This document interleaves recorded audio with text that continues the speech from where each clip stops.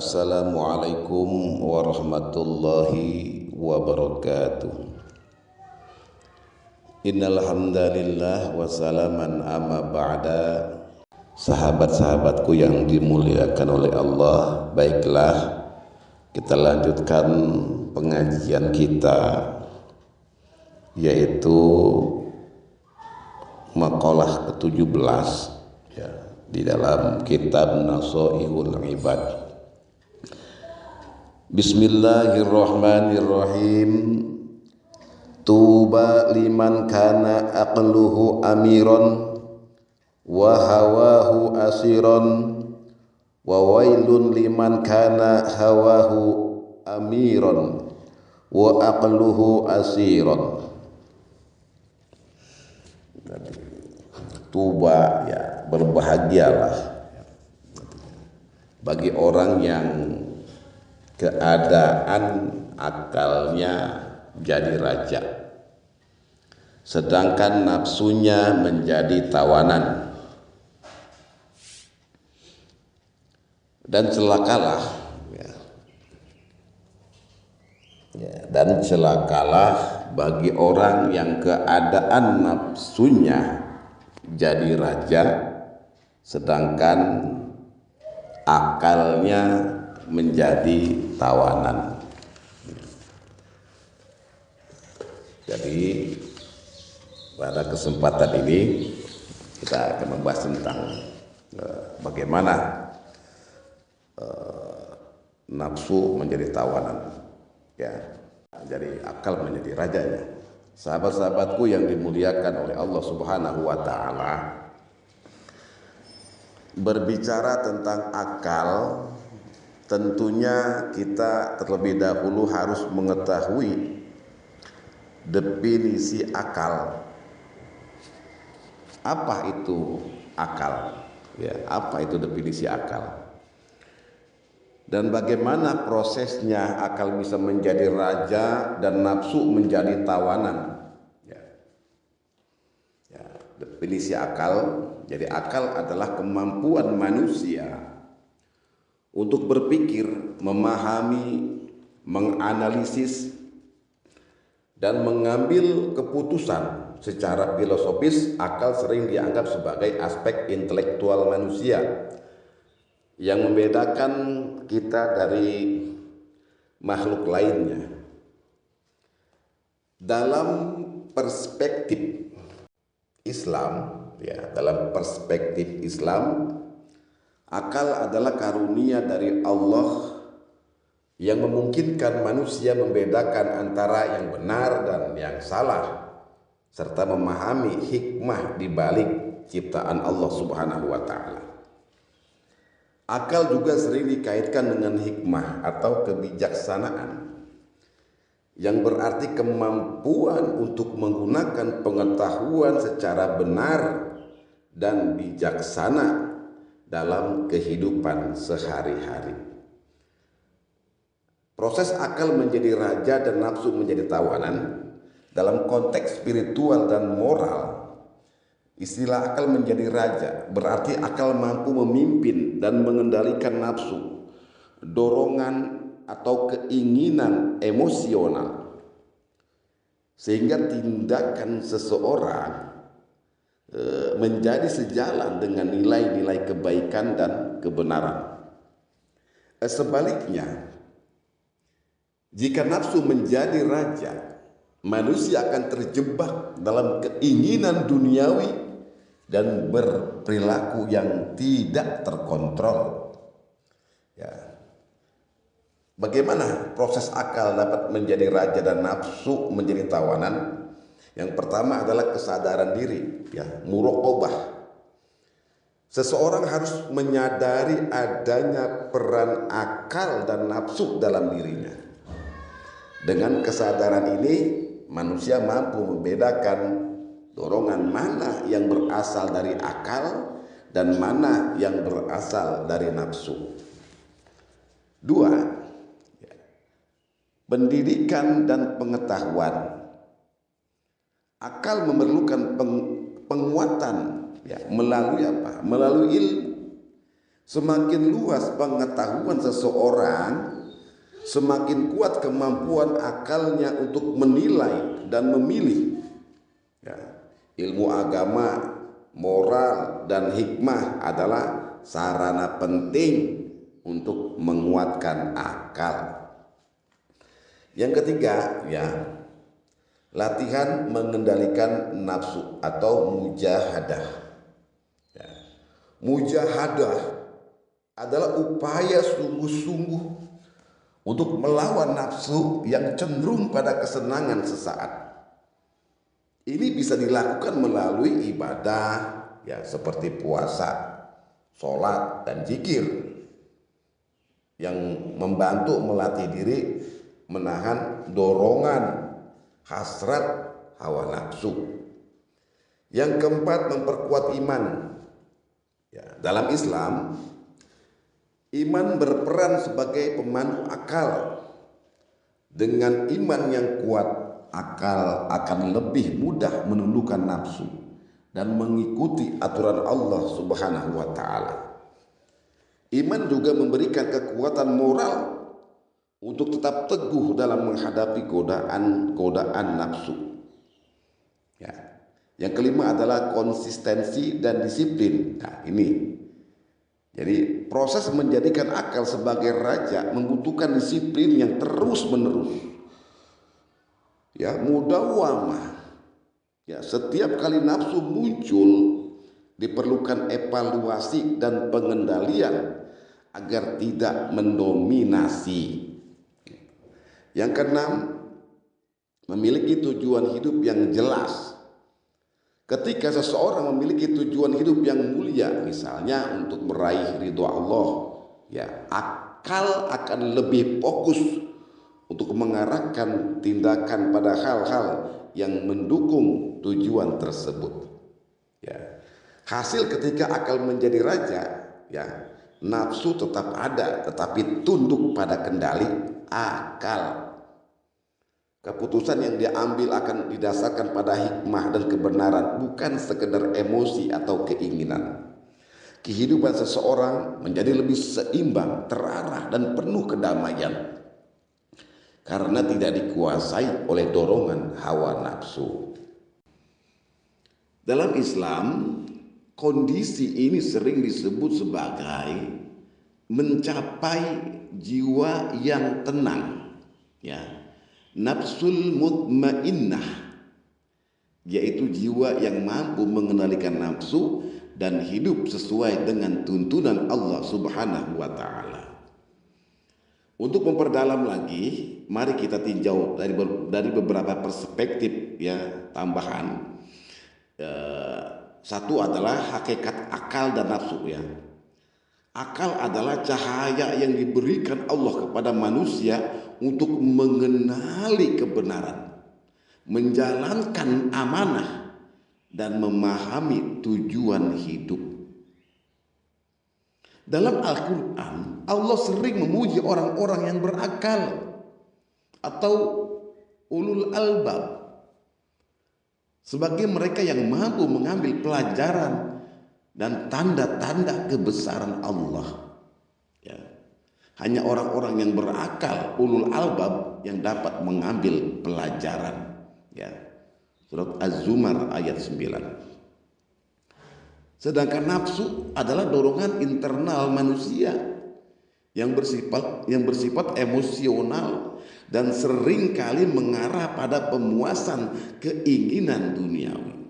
Ya. Dalam Islam, nafsu tidak selalu buruk, tetapi perlu dikendalikan. Ya. Allah menyebut bahwa nafsu bisa membawa kebinasaan jika tidak diarahkan. Ya. Sesungguhnya nafsu itu selalu menyuruh kepada kejahatan. Ya. Surat Yusuf ayat 53. Yang kedua, tingkatan nafsu. Dalam Islam, nafsu memiliki tingkatan yang mencerminkan level pengendalian seseorang terhadap dorongan duniawinya. Yang pertama adalah nafsu ammaroh, ya. nafsu yang memerintah kepada keburukan. Ya. Nafsu ini mendorong manusia kepada kesenangan duniawi tanpa batas, ya, dan sering melawan akal serta ajaran agama. Yang kedua, nafsu lawwamah, nafsu yang tercela. Nah, nafsu ini adalah kondisi ketika seseorang mulai sadar akan dosa-dosanya tetapi masih berjuang melawan dorongan keburukan. Yang ketiga adalah nafsu mutmainah, nafsu yang tenang. Ya. Nafsu ini tunduk pada akal yang dikuatkan oleh iman dan hikmah.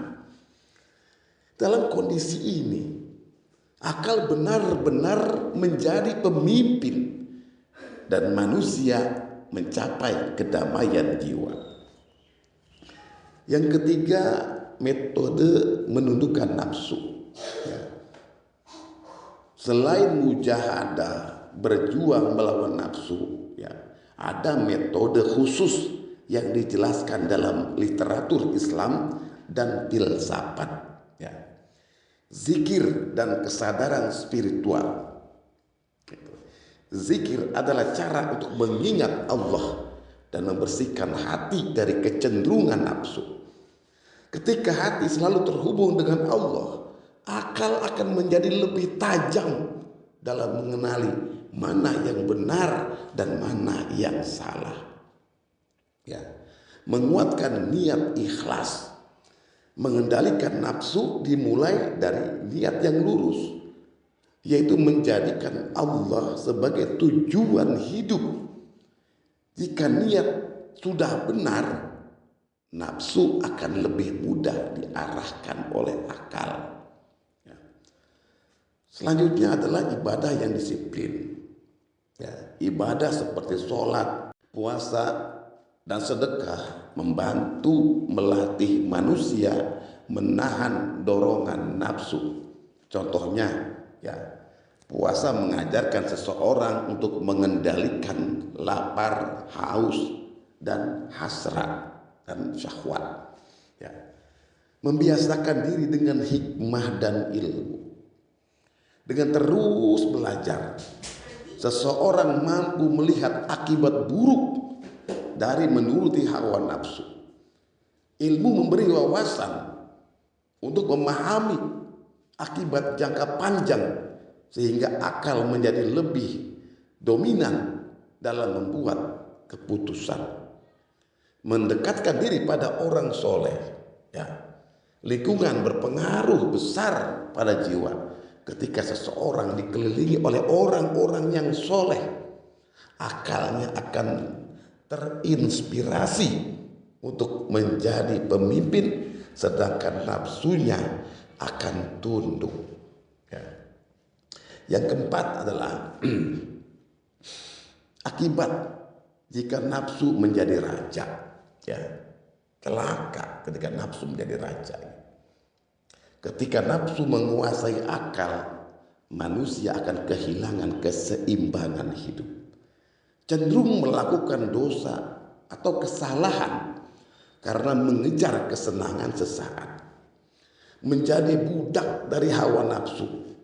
Seperti disebutkan dalam hadis Nabi, celakalah hamba dinar, celakalah hamba dinar. Hadis riwayat Bukhari. Ya. Sebaliknya, jika akal menjadi pemimpin, kehidupan akan terarah sesuai dengan kebenaran. Akal tidak hanya mengendalikan nafsu, tetapi juga menjadikannya alat untuk meraih kebahagiaan dunia dan akhirat. Yang kelima, yaitu penerapan dalam kehidupan sehari-hari. Contoh praktis bagaimana akal menjadi raja dan nafsu menjadi tawanan. Dalam kehidupan spiritual, ketika seseorang memilih bangun untuk sholat tahajud, ia menempatkan akalnya sebagai pemimpin, melawan godaan nafsu untuk tidur. Dalam keputusan finansial, Akal mengarahkan seseorang untuk menabung atau berinvestasi dengan bijak. Sedangkan nafsu cenderung ingin menghabiskan uang untuk kepuasan sesaat. Dalam hubungan sosial, ketika terjadi konflik, akal mendorong seseorang untuk sabar dan mencari solusi damai. Sedangkan nafsu seringkali mendorong untuk marah atau membalas. Walhasil, proses menjadikan akal sebagai raja adalah perjalanan panjang yang membutuhkan kesabaran, ketekunan, dan doa. Manusia yang berhasil menundukkan nafsunya akan mencapai kehidupan yang penuh keberkahan, kebahagiaan sejati, dan ridho Allah. Sahabat-sahabatku yang dimuliakan oleh Allah Subhanahu wa Ta'ala, selanjutnya adalah orang yang nafsunya menjadi raja, sedangkan akalnya menjadi tawanan. Ya, ketika nafsu menjadi raja dan akal menjadi tawanan, ya, manusia berada dalam keadaan di mana dorongan hawa nafsu sepenuhnya menguasai keputusan dan perilaku. Akibatnya, akal kehilangan fungsinya sebagai penuntun moral dan intelektual. Proses ini biasanya terjadi secara bertahap dan disebabkan oleh berbagai faktor yang mempengaruhi kondisi spiritual, psikologis, dan sosial seseorang. Ya, jadi ada penjelasannya, ya, ada penjelasannya, ya. Proses nafsu menjadi raja dan akal menjadi tawanan. Yang pertama, mengabaikan ilmu dan hikmah. Penyebabnya ketika seseorang tidak mengasah akalnya dengan ilmu dan hikmah, baik ilmu dunia maupun ilmu agama, ia kehilangan panduan untuk membedakan antara kebaikan dan keburukan. Dalam kondisi ini, nafsu mulai mengambil alih karena tidak ada kekuatan akal yang cukup untuk mengendalikannya. Contoh, ya, seseorang yang tidak belajar agama mungkin sulit memahami bahaya dosa, ya, dan akibatnya, sehingga cenderung, ya, menuruti hawa nafsunya, gitu. Walaupun mungkin sudah ada sinyal-sinyal atau larangan-larangan, ya, dari sekitarnya, ya. Tapi kecenderungan menuruti hawa nafsunya itu lebih besar, gitu. Yang kedua, mengutamakan kesenangan duniawi. Ya, penyebabnya apa? Nafsu cenderung mengejar hal-hal yang bersifat duniawi, seperti harta, kekuasaan, dan kesenangan fisik. Ketika seseorang lebih memprioritaskan kesenangan ini dibandingkan nilai-nilai spiritual atau moral, akal akan dipinggirkan. Ya, contoh, orang yang hanya fokus pada kekayaan yang bisa melakukan korupsi, ya, mengabaikan logika dan etika, itu, ya. Yang ketiga, ya, meninggalkan ibadah dan zikir. Penyebabnya apa? Ibadah seperti sholat, zikir, dan puasa berfungsi untuk menguatkan iman dan akal dalam melawan dorongan hawa nafsu.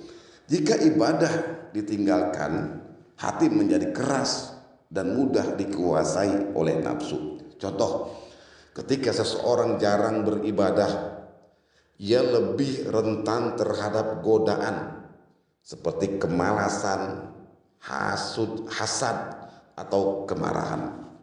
Kemarahan itu. Yang keempat, yaitu mengikuti lingkungan yang buruk. Apa penyebabnya?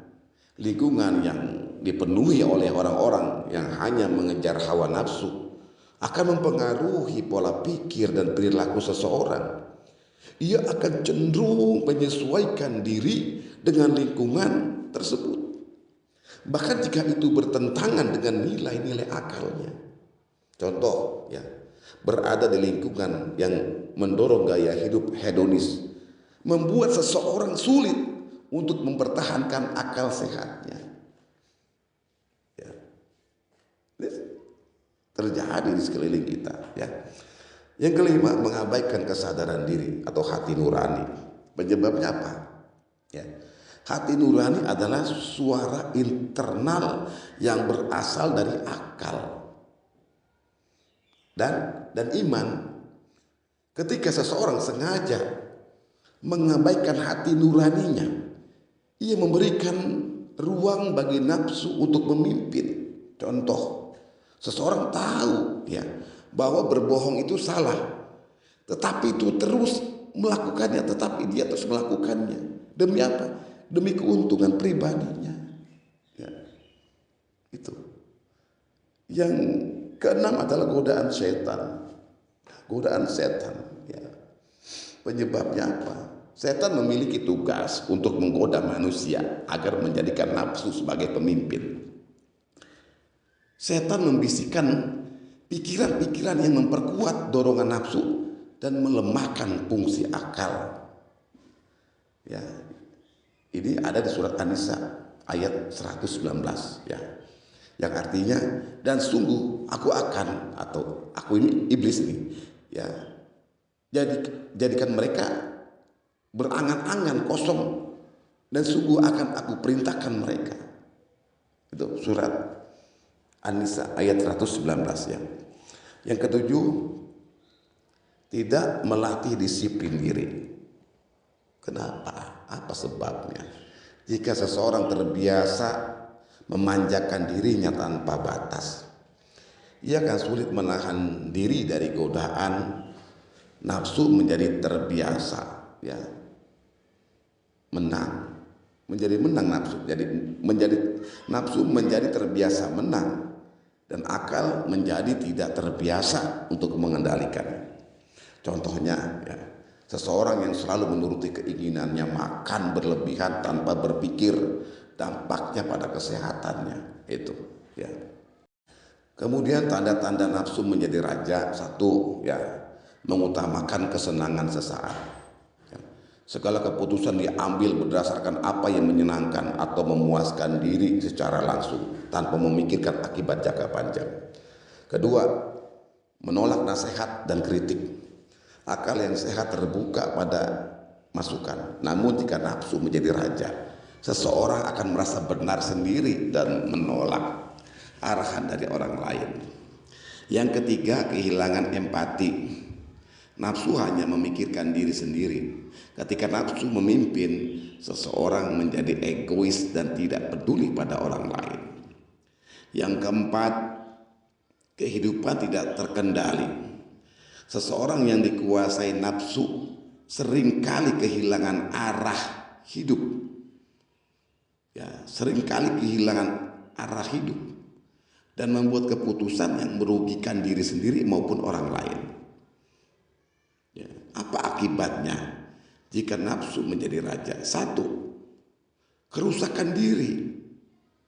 Nafsu yang dominan merusak keseimbangan diri baik secara fisik, emosional maupun spiritual. Contoh, nafsu makan yang berlebihan menyebabkan penyakit, atau nafsu amarah menyebabkan hubungan sosial rusak.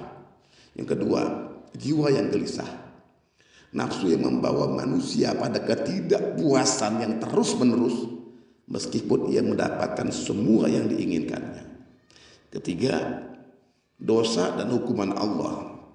Dalam Islam, mengikuti hawa nafsu adalah salah satu jalan menuju kehancuran, baik di dunia maupun di akhirat. Ya.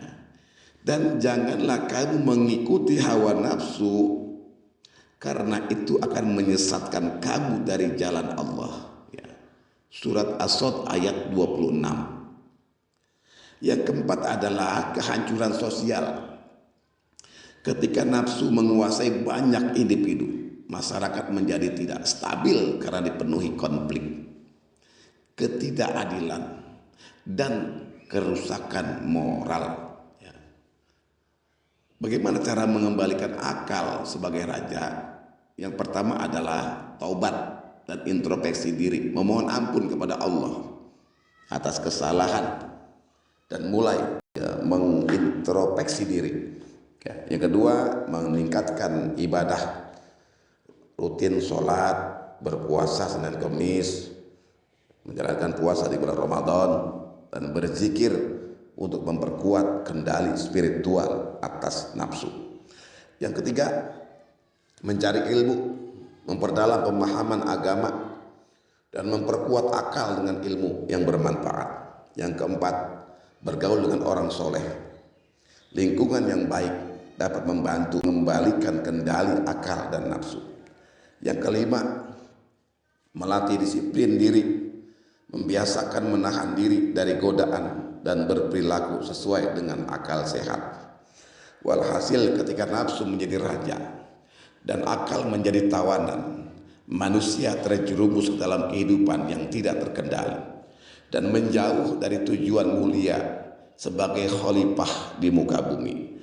Namun Allah memberikan jalan untuk kembali melalui taubat, melalui ibadah dan usaha sungguh-sungguh. Manusia dapat membalik keadaan, menjadikan akal sebagai pemimpin dan nafsu sebagai pelayan. Demikianlah, semoga bermanfaat. Tafaqu bihadza ihdina shiratal mustaqim. Wassalamualaikum warahmatullahi wabarakatuh.